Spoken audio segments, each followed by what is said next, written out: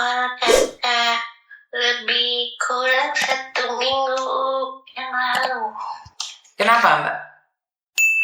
Di sini ada kasih solusi ke saya. Kan saya kena tipu yang 65 juta itu yang PT. Saya ingat saja PT-nya ya. Waktu itu saya sudah kasih tahu komisioner. Terus? So, itu hari kan misioni sarankan untuk report polis. So, saya bilang Dedi sudah report polis. So, itu orang satu sudah kena tangkap. So, satu lagi dia ada di penjara, Miss. Kamu yang dari Jawa Tengah itu kan?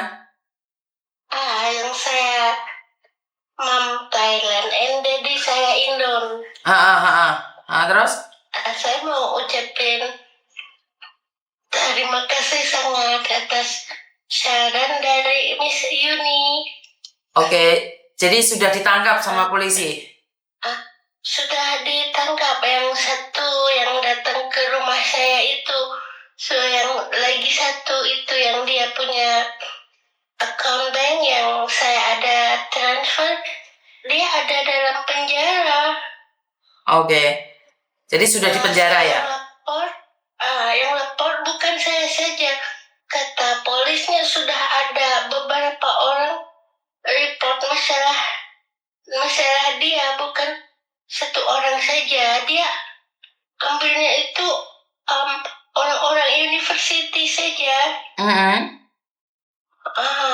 Macam saya pun kena, ada 7 orang kalau tidak salah.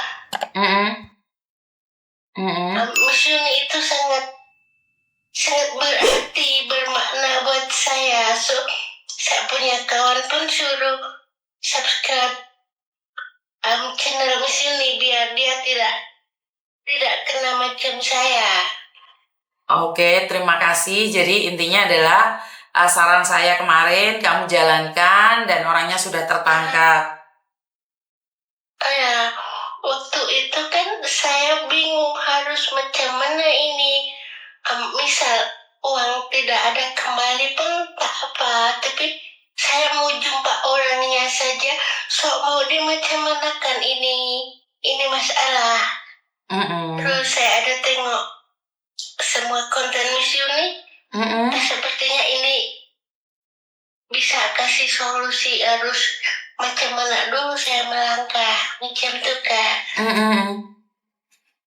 Oke. Terima kasih sangat ya kakak. Sama-sama, semoga bermanfaat ya. Oke. Terima kasih. Oke, bye-bye. Bye-bye. Anaknya cantik banget ya. Cantik banget ini anaknya ini.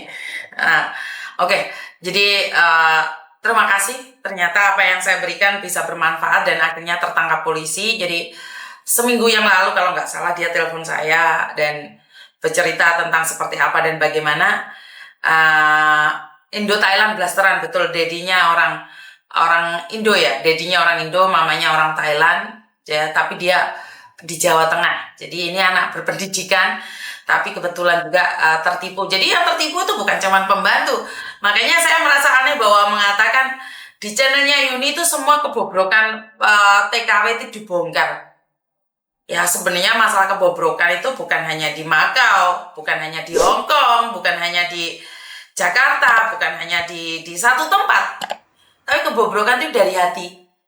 Jadi saat ada orang yang mengkomen mengatakan bahwa ini adalah kebobrokan, sebenarnya mental dia sendiri yang bobrok.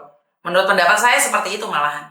Kenapa? Karena seseorang yang bobrok itu akan berpikir tentang kebobrokan. Tapi orang-orang yang berpikir bahwa ini adalah pengalaman, diambil positifnya, dibuang negatifnya, ya itu adalah sebuah inspirasi yang dimana jangan dilakukan kalau yang jelek.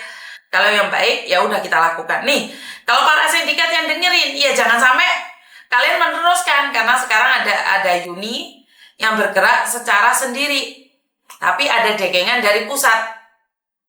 Jadi Sekali lagi, kalau kalian berpikiran negatif dengan konten saya, ya emang negatif konten saya. Tapi kalau kalian berpikiran positif dengan konten saya, ya konten saya memang positif. Jadi semua kembali pada apa yang kalian inginkan. Bagaimana dan seperti apa konten ini maunya, silahkan kalian sendiri yang menilai.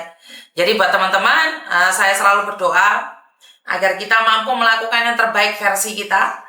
Jadi jangan sampai menyesal dengan apa yang kita lakukan, jangan sampai kita kecewa dengan apa yang kita lakukan. Karena saya di sini sudah mewanti-wanti, jangan pernah melakukan kesalahan, baik yang disengaja ataupun tidak disengaja. Berhati-hati di dalam setiap tindakan, karena setiap tindakan itu punya efek samping. Efek sampingnya apa? Ya, kalian harus bertanggung jawab atas kehidupan kalian sendiri. Karena tidak ada siapapun yang bisa membantu kalian kecuali diri kalian sendiri. Jadi kalian harus membantu diri kalian sendiri. Kalau orang pintar nggak akan mengikuti, piye maksudnya? Kalau orang ngeh dengan konten Miss Yuni, tapi orangnya baik pasti alias pahamis. Ya, kadang-kadang orang terlalu pintar tidak memahami bahasa saya yang memang konyol.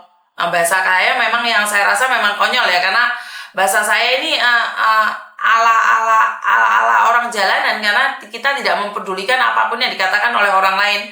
Kita berpegang pada selagi kita bisa, selagi kita mau, ya kita jalani hidup ini. Jadi selagi kita mau, selagi kita bisa, kita akan jalani kehidupan ini. Nyantai aja, yang jelek dibuang, yang bagus dipakai. Jadi nggak perlu memaksakan diri untuk memahami konten saya. Konten saya ini kehidupan kok. Kehidupan yang macam-macam loh. Ada yang berwarna, ada yang halu, ada yang nesu, ada yang ngamuk, ada yang jerit. Betul nggak? Jadi nggak usah baper dengan konten-konten saya. Dan saya tidak ada menyindir siapapun.